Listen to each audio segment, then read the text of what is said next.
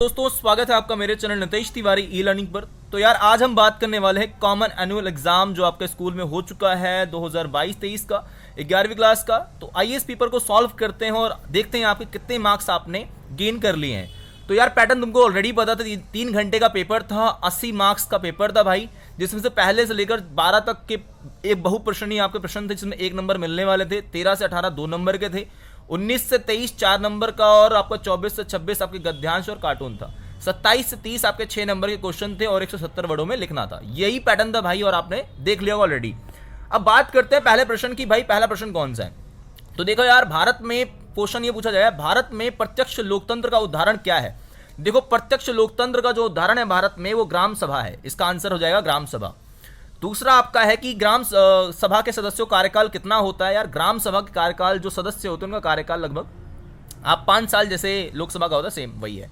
उसके बाद आपका है कि राज्यसभा, सॉरी पूछ रहा है, ग्राम सभा नहीं, राज्यसभा का 6 साल है, सॉरी ये राज्यसभा है, राज्यसभा का 6 साल है। भारत में केंद्र सरकार में गठबंधन की सरकारों का दौर कब शुरू होता है? तो 1989 में शुरू होता है।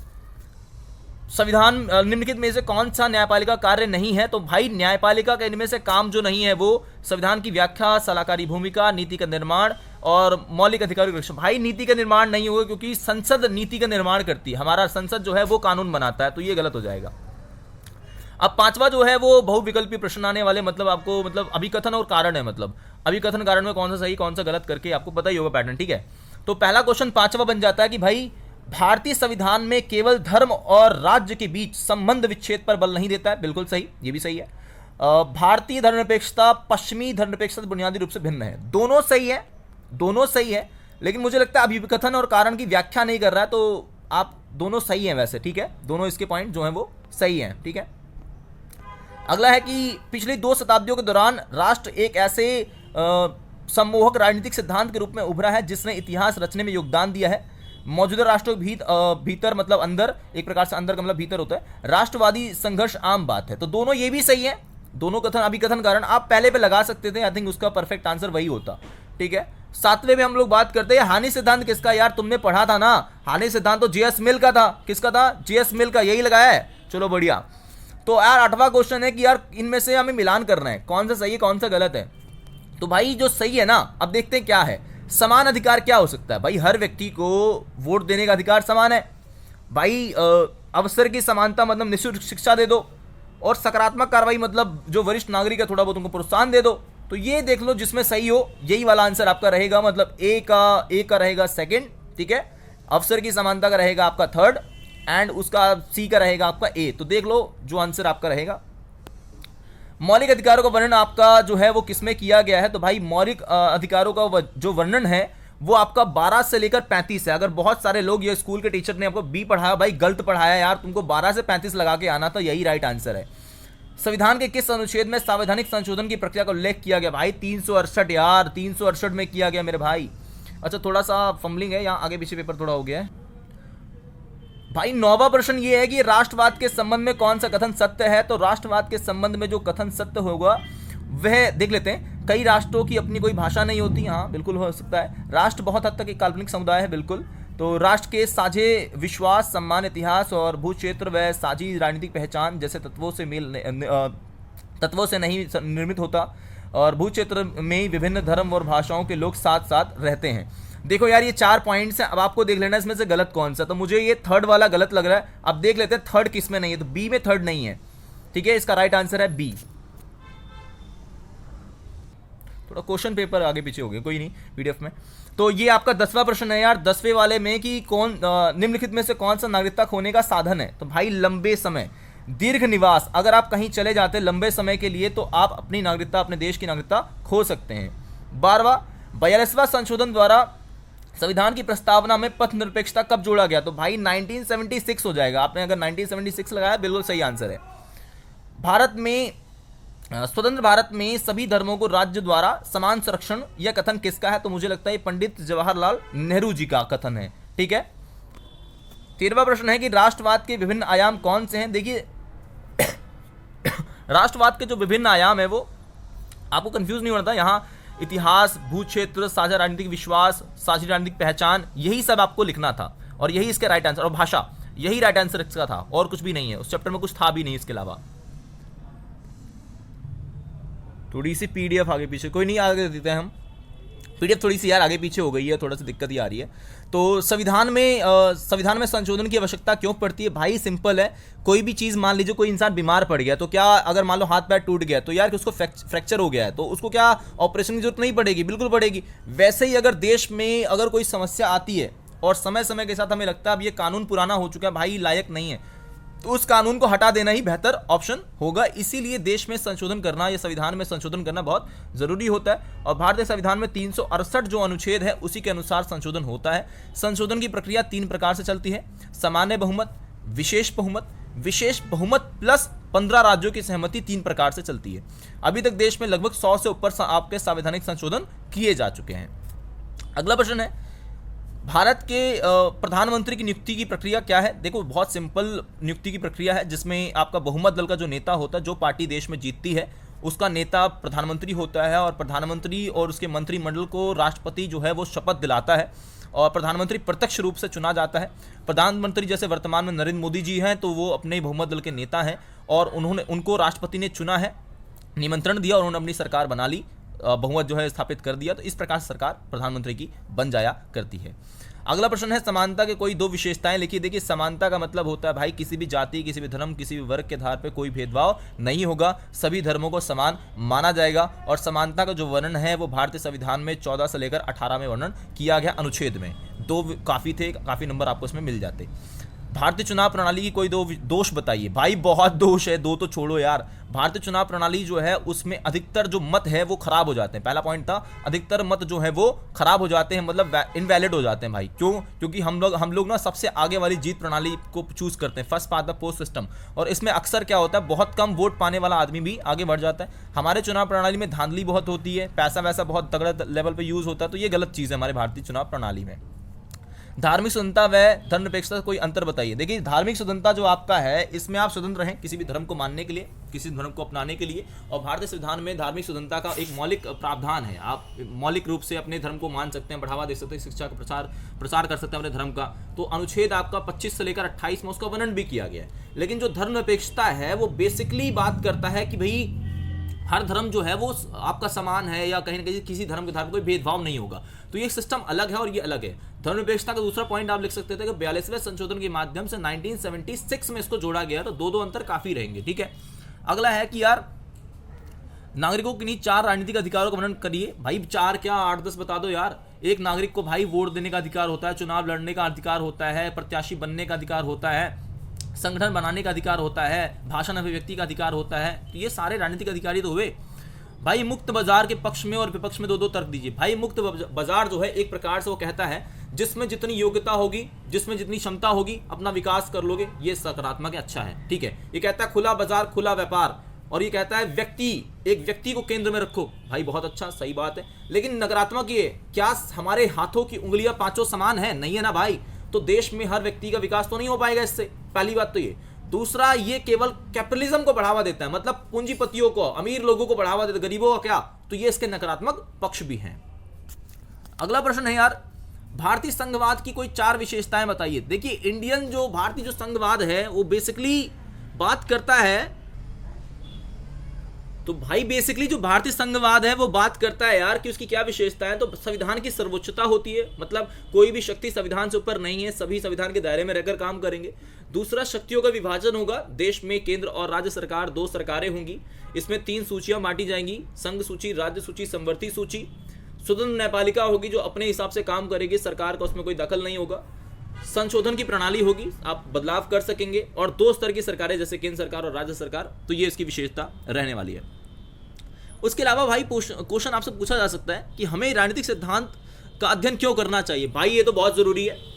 हम एक जागरूक नागरिक बनेंगे, हमें संविधान के बारे में पता होगा, हमें अपने कर्तव्य के बारे में पता होगा, अपने अधिकार के बारे में पता होगा। समानता, स्वतंत्रता, बंधुत्व, धर्मनिरपेक्षता, पंथ निरपेक्षता, भाई कहाँ से पढ़ रहे हो? ये सब राजनीतिक सिद्धांत में तो पढ़ रहे हैं। विद्वानों के विचार, गांधी क्या कहते हैं? गांधी कहते हैं राजनीतिक सांप की तरह है जो कुंडली मार के बैठा हुआ है, बचने के अलावा कोई सिद्धांत नहीं है भाई, मतलब रास्ता नहीं है।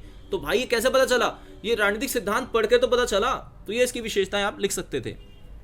पंचायती राज जो संस्थाएं, उनकी समस्याएं क्या हैं, मतलब क्या समस्याएं आती हैं उनके सामने। जो पंचायती राज संस्थाओं के समक्ष कोई दो समस्याएं कौन कौन सी है, मतलब कौन कौन सी समस्याएं हैं? तो यार बहुत समस्याएं होती हैं। जो पंचायती राज है, पहली बात तो उनका चुनाव नहीं हुआ करता था बहुत समय पे, तो एक ये प्रॉब्लम थी। दूसरा ये कि वहाँ उनके पास धन की कमी रहती है, धन मतलब पैसा नहीं होता उनके पास, तो एक ये कमी रहती है। दूसरा ये व्यवस्था है कि वहाँ पर क्या होता है कि महिला तो खड़ी हो जाती है, लेकिन उसकी जगह पर उसका पति या पुरुष जो समाज है वो सत्ता में अधिकतर मतलब या वास्तविकता में वो काबिज होता है, जो कि गलत चीज़ है। तो ये हमारे भारतीय जो पंचायती राज सिस्टम है उसकी गलतियां हैं। वैसे आपको पता ही होगा भारत में जो पंचायती राज सिस्टम है आज़ादी से पहले अगर कहूँ तो 1882 में शुरू हुआ था, लॉर्ड रिपन का शासनकाल था। आज़ादी के बाद 2 अक्टूबर 1959 में नागौर आपका राजस्थान में शुरू होता है, लेकिन संवैधानिक दर्जा प्रदान करने की मांग 1989 में पीके थुंगन समिति ने दी थी, जो कि आपका 1992 में पारित हो गया और 1993 में ही संशोधन लागू हुआ। 73वां 74वां संशोधन पंचायती राज संस्थाओं से ही संबंधित है। थोड़ा पीडीएफ सही करना पड़ेगा भाई लोग। 24 क्वेश्चन नंबर जो 24 है भाई, पैसेज है, तो पूछ रहा है कि सचमुच धर्मनिरपेक्षता होने के लिए राज्य को केवल धर्मतांत्रिक होने से इनकार करना होगा, बल्कि उसे किसी भी धर्म के साथ किसी भी तरह के औपचारिक कानूनी गठजोड़ से परहेज करना होगा। धर्म और राज्य सत्ता के बीच संबंध विच्छेद धर्मनिरपेक्ष राज्य सत्ता के लिए जरूरी है, मगर केवल सही यही पर्याप्त नहीं है। धर्मनिरपेक्ष राज्य को ऐसे सिद्धांतों और लक्ष्यों के लिए आवश्यक प्रतिबद्ध होना चाहिए जो अशंसता मतलब प्रकार से और सही हो मतलब और गैर धार्मिक स्रोतों से निकलते हों। देखो यार, पहला क्वेश्चन है कि सचमुच धर्मनिरपेक्षता होने के लिए कि राज सत्ता को क्या करना चाहिए। तो देखो पहली बात तो उसे यह है कि किसी भी प्रकार का जो गठजोड़ है एक प्रकार से वो उसको नहीं करना चाहिए। धर्मतांत्रिक होने से मना करना चाहिए, मतलब बी इसका आंसर होगा, सॉरी, ठीक है, धर्मतांत्रिक होने से मना करना चाहिए। धर्मनिरपेक्ष राज को कैसे सिद्धांतों और लक्ष्यों के लिए प्रतिबद्ध होना चाहिए, तो उसे एक प्रकार से देखिए ये सारा आंसर आपको यहाँ पे लिखा है प्रतिबद्ध, देखो कहाँ, ये रहा तीसरा आंसर भाई, इसका बी है। यहाँ से देखो पैसेज से खुद से मत करो, कभी कभार गलत हो जाता है, ठीक है, आपको पैसेज से आंसर देना है, ठीक है। तीसरा प्रश्न ये है कि धर्म और राज्य सत्ता के लिए क्या जरूरी है, तो भाई धर्म और राज्य के लिए जरूरी है पृथक्करण। धर्म और राज्य के लिए अलग अलग होना थोड़ा जरूरी है भाई, ठीक है। भारतीय धर्मनिरपेक्ष राज्य की भाई 2 बार राज्य की है, राज्य की निम्नलिखित में से कौन सी विशेषता नहीं है, तो भाई हमारा जो धर्मनिरपेक्षता है उस राज्य का कोई धर्म नहीं होता है, सभी धर्मों में समानता है, धार्मिक स्वतंत्रता है, किसी एक धर्म को संरक्षण। भाई ये डी वाला अलग लग रहा है, ठीक है, बाकी तीनों बिल्कुल सही है, तो डी वाला अलग है तो इसको लगा दो, ये बिल्कुल राइट आंसर होगा भाई। क्वेश्चन नंबर 25 देख रहे हो यार, क्वेश्चन नंबर 25 ये देखो कार्टून है, कार्टून में साफ दिख रहा है एक बच्चा है और कुछ काम करता हुआ दिख रहा है। तो क्वेश्चन पहला यही पूछ लिया गया है कि चित्र में किस मौलिक अधिकार का उल्लंघन हो रहा है। भाई साहब ये हो रहा है शोषण के विरुद्ध अधिकार, आपका आंसर हो जाएगा सी। वैसे ज्यादातर लोग सी ही मार के आते हैं आंसर, तुक्के में अगर मानना हो कभी तो सी ही लगाइएगा। उसके बाद चित्र में कौन सी स्थिति, ये क्या स्थिति दिखाई दे रही है, तो भाई साहब ये बाल मजदूरी दिखाई दे रही है, बच्चा बहुत छोटा है और काम कर रहा है, इसका मतलब ये बाल मजदूरी है। अगला प्रश्न आपका रहेगा इसमें कि संविधान के अनुसार डैश आयु से कम बच्चों को जोखिम के कार्यों में नहीं लगाना चाहिए, तो भाई कम से कम भी तो 14 साल से नीचे का बच्चा नहीं होना चाहिए, ये राइट आंसर इसका हो जाएगा। अगला इसी का क्वेश्चन नंबर 4 इसका ये है कि शोषण के विरुद्ध अधिकार का वर्णन संविधान के किस अनुच्छेद में किया गया, तो भाई साहब आपको याद ही होगा अनुच्छेद केवल 2 में, मतलब 23 से 24 में इसका वर्णन, मतलब देखो सी, काफी आंसर देखो सी ही जा रहा है, तो कभी भी आपको अगर तुक्का उक्का लगाना हो भाई तो सी लगा सकते हो, आंसर लगभग सी रहता है, ठीक है। बाकी दृष्टिबाधित वाला क्वेश्चन तो नहीं करना है, आगे चलते हैं भाई। क्वेश्चन नंबर 26 को देख लेते हैं। क्वेश्चन नंबर 26 आपका कार्टून है, साफ दिखाई दे रहा है, कुछ तो चल रहा है, क्या मामला चल रहा है भाई। डाक हड़ताल है, कोर्ट है, हस्तक्षेप वर्ड लिखा हुआ है, हड़ताल है, ऑर्डर लिखा हुआ है। ये सिंपल सी बात है, यहाँ पर बात आने वाली है न्यायपालिका और डाक हड़ताल पर आने वाली है, तो इससे संबंधित क्वेश्चन को आगे करते हैं भाई लोग। क्वेश्चन सिंपल सा है कि कार्टून में न्यायपालिका किस भूमिका में दिखाई दे रहा है, तो भाई न्यायपालिका यहाँ पे न्यायिक सक्रियता पर ध्यान दे रहा है, क्योंकि किसी ने कोई अपील नहीं की है, कुछ नहीं कहा भाई, न्यायपालिका ने अपने आप बोल दिया है कि भाई डाक हड़ताल जो तुम कर रहे हो वो थोड़ी गलत है, क्योंकि ये सार्वजनिक जो सुविधाएं वो तुम दे रहे हो और उससे लोगों को काफी नुकसान हो रहा है, तो ठीक है, तो न्यायिक सक्रियता वाला है। ऐसे मुकदमे जिसमें पीड़ित की ओर से, मतलब कोई व्यक्ति है, मान लीजिए पीड़ित की ओर से किसी और ने दाखिल कर दिया हो, मान लीजिए कोई व्यक्ति है और उसने केस नहीं किया पर वो गरीब है, तो भाई उसकी तरफ से किसी और ने कर दिया, तो ऐसे मामले को क्या कहा जाता है, जनहित याचिका कहा जाता है। क्या कहा जाता है, जनहित याचिका कहा जाएगा। भारत में अपील की सबसे बड़ी संस्था क्या है, भाई साहब अपील आप सर्वोच्च न्यायालय में कर सकते हो, सबसे बड़ी संस्था, इससे बड़ी कोई संस्था नहीं है। सर्वोच्च न्यायालय की विधान पालिका द्वारा पारित कानूनों की वैधानिक जांच के लिए शक्ति हो, मतलब एक प्रकार से सर्वोच्च न्यायालय जो है वो संविधान द्वारा जो कानून पारित हो जाता है, कानून बना दिया जाता है, तो उसकी जांच जो करता है वो कौन सी शक्ति है, तो वही शक्ति का नाम है न्यायिक पुनरावलोकन। क्या है? न्यायिक पुनरावलोकन। तो भाई लोग अगला प्रश्न है कि जनहित याचिका किस देश द्वारा अपने संविधान में शामिल किया गया है? तो इसका आंसर अमेरिका, जापान, दक्षिण अफ्रीका या भारत। भाई भारत तो भारतीय, तो तीन में से देख लो कौन सा है। तो दक्षिण अफ्रीका से हमने लिया है, इसका आंसर है बी। आंसर क्या रहेगा? आंसर इसका रहेगा बी। ठीक है, बहुत सिंपल सा रहेगा। अगले प्रश्न इसमें होने वाले भाई की भारतीय संविधान में संशोधन करने की विधियों को विस्तार पूर्वक वर्णन करना हमें। तो भाई भारतीय संविधान में जो संशोधन होता है वो संसद के किसी भी सदन में किया जा सकता है, या तो वो लोकसभा में जाएगा या राज्यसभा में जाएगा, लेकिन पहले डिसाइड कर लिया जाता है कि धन विधेयक तो नहीं है, पैसे से संबंधित तो नहीं है। पैसे से संबंधित होगा तो भाई केवल लोकसभा जाएगा, ऐसी नॉर्मल हुआ तो किसी भी सदन में जा सकता है। दूसरा, एक समिति के पास जाएगा। तीसरा पॉइंट, समिति अपनी रिपोर्ट देगी, मतलब स्वीकार अस्वीकार करेगी। ठीक है, अस्वीकार करने के बाद अगर स्वीकार कर लिया तो फिर अगला विस्तृत चर्चा होगी, बड़े लेवल पर चर्चा की जाएगी।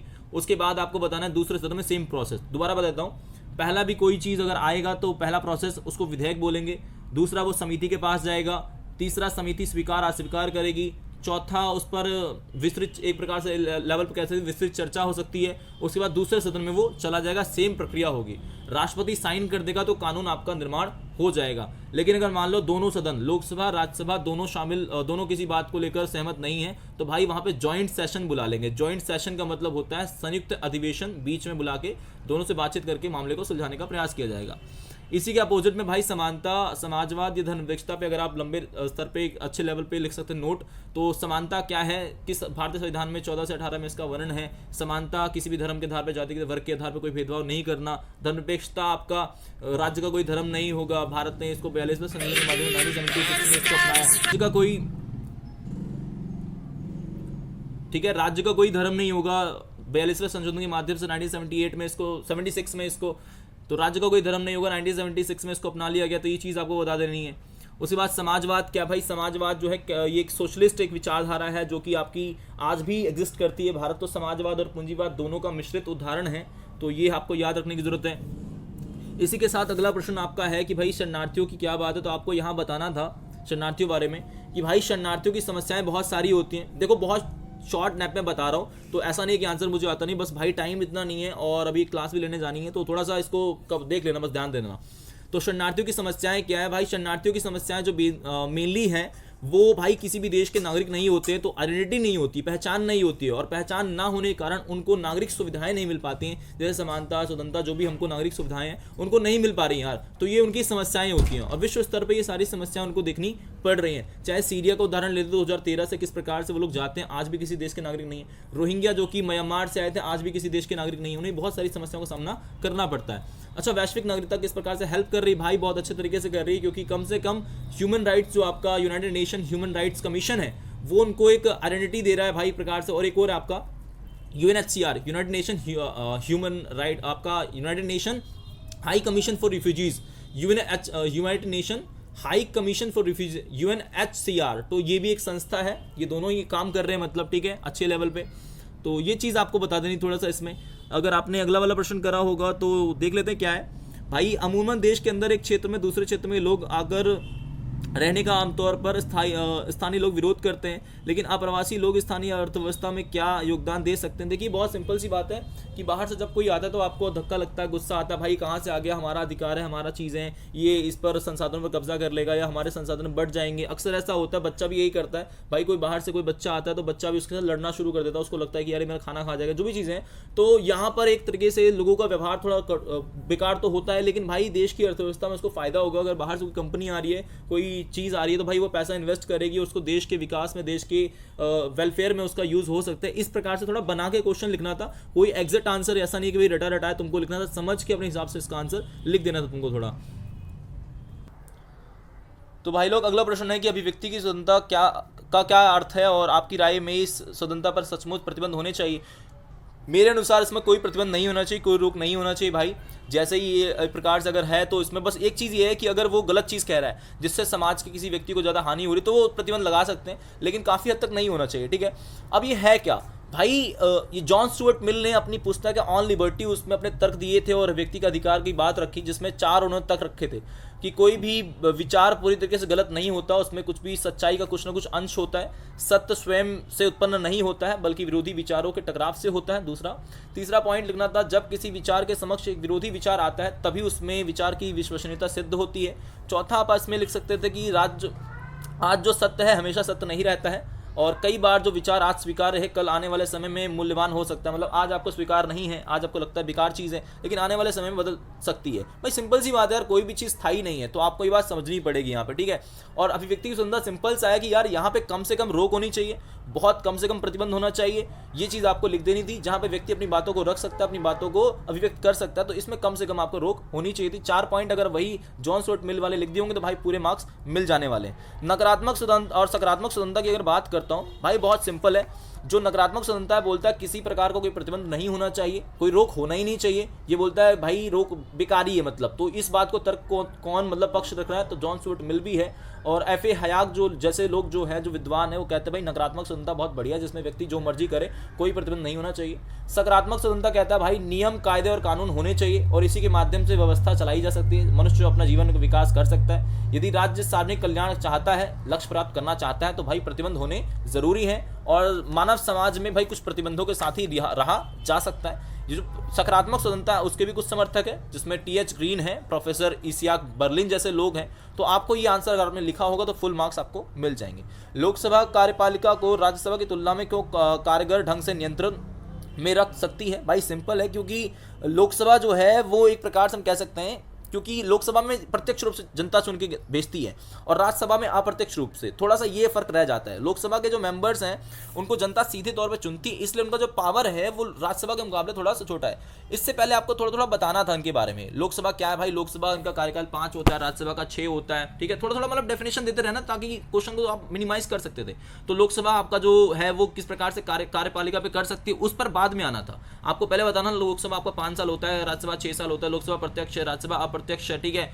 लेकिन हाँ, अब आइए आप मेन पॉइंट पे कि भाई लोकसभा में जो आपके बड़े बड़े मंत्रालय है, बड़े बड़े मंत्री हैं, जैसे आपके रक्षा मंत्री हैं या विदेश मंत्री जैसे जो लोग होते हैं, वो लगभग अपने जो बिल पेश करते हैं, जो बातें रखते हैं, वो लोकसभा में रखते हैं। प्रधानमंत्री जो होता है वो लगभग सदस्य लोकसभा का होता है, राज्यसभा का भी हो सकता है लेकिन लोकसभा का होता है। तो ये सारी शक्तियां हैं। और एक तरीके से अगर आपने ये लिख दिया होगा भाई, जो कार्यपालिका है वो सरकार ही का ही अंग है, मतलब सरकार का ही अंग, और सरकार के लगभग मेंबर्स लोकसभा में ही लगभग रहते हैं, लगभग ऑलमोस्ट। तो इस प्रकार से कारगर ढंग से सरकार को चलाने में सरकार कैसे क्या करेगी, वो लोकसभा सही प्रश्न पूछ सकती है एज कंपेरिजन टू राज्यसभा, ठीक है। अगला एक बहुत सिंपल सा क्वेश्चन है भाई कि कानून निर्माण किस प्रकार से होता है। तो कानून का जो निर्माण है बहुत सिंपल है। भाई भारत में कानून बनाने के लिए पहली बात तो यही है कि किसी भी सदन में, दोबारा से वही क्वेश्चन है, भारत में कानून बनाना है तो किसी भी सदन में जा सकता है वो, लोकसभा राज्यसभा किसी में भी। बस एक इसमें ये बात रहती है कि अगर वो धन विधेयक नहीं है तो वही लोकसभा राज्यसभा कहीं भी जा सकता है, लेकिन अगर वो धन विधेयक है तो केवल एक ही सदन में रहेगा, ठीक है, मतलब लोकसभा ही जा सकता है। तो पहली बात ये यहाँ फिक्स हो गई। दूसरा पॉइंट समिति के पास जाएगा। तीसरा पॉइंट समिति स्वीकार अस्वीकार करेगी। चौथा पॉइंट भाई समिति अब विस्तृत चर्चा होगी उस पर, कानून पर चौथे में। 5वें में दूसरे सदन में भेज दिया जाएगा, सेम प्रोसेस फॉलो होगा। दूसरे सदन में भी अगर पास कर दिया जाएगा तब जाके वो कानून बनने के लिए जाएगा भाई, और राष्ट्रपति मतलब साइन कर देगा तो पूरा कानून बन जाएगा। ये प्रोसेस थोड़ा थोड़ा बता देना था, पूरे मार्क्स मिलने वाले। भाई बहुत जल्दी मतलब इस सैंपल पेपर को मतलब सॉल्व करने का प्रयास किया है, क्योंकि मुझे लगता है लोगों के पास टाइम भी इतना नहीं होता, और तुम अगर जल्दी जल्दी देखना चाहते हो तो भाई बहुत बेस्ट तरीका यही था। और थोड़ा एक क्लास लेने भी जानी है तो भाई थोड़ा सा तो जल्दी जल्दी करवा दिया, अगर कोई गलती हो तो माफ़ करना। बाकी थैंक यू वेरी मच।